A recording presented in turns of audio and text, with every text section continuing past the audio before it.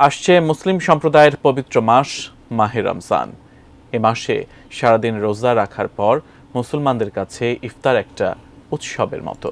আর ইফতারের অন্যতম একটি বড় অনুষঙ্গ হলো খেজুর। খেজুর দিয়ে রোজা ভাঙা রমজানের ঐতিহ্য। নির্দিষ্ট কোনো দেশে নয়, খেজুর খেয়ে রোজা ভাঙার চল বিশ্বজুড়ে।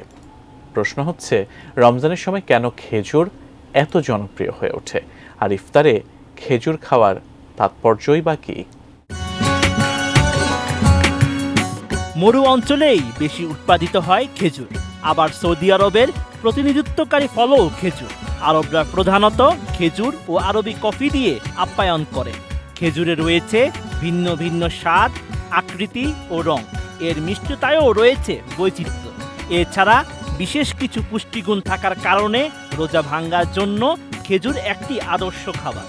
খেজুরে বিদ্যমান প্রাকৃতিক মিষ্টিতে প্রধানত গ্লুকোজ, ফ্রুক্টোজ ও সুক্রোজ রয়েছে, যা দ্রুত রক্তে চিনির পরিমাণ বাড়িয়ে তাৎক্ষণিক শক্তি যোগায়। তাই সারাদিন রোজা রাখার পর খেজুর খেলে শরীর দ্রুত সতেজ ও সবল হয়ে ওঠে।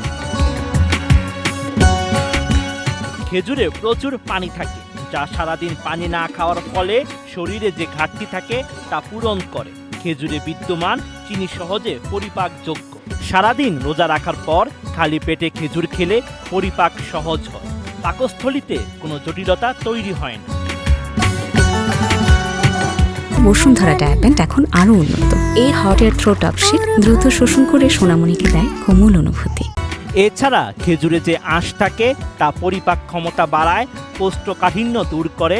খেজুরে রয়েছে অ্যান্টিঅক্সিডেন্ট এবং অ্যান্টি ইনফ্লেমেটরি, যা শরীরের কোষগুলোকে ক্ষতির হাত থেকে বাঁচায় এবং প্রদাহ কমায়।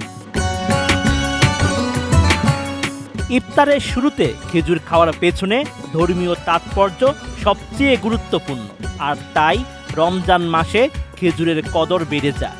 খেজুর না থাকলে যেন পরিপূর্ণ হয় না। মহানবী হযরত মুহাম্মদ সাল্লাল্লাহু আলাইহি ওয়াসাল্লামের সময় থেকেই খেজুর দিয়ে ইফতারের চল। নবী করিম সাল্লাল্লাহু আলাইহি ওয়াসাল্লাম নিজে খেজুর ও পানি খেয়ে ইফতার করতেন।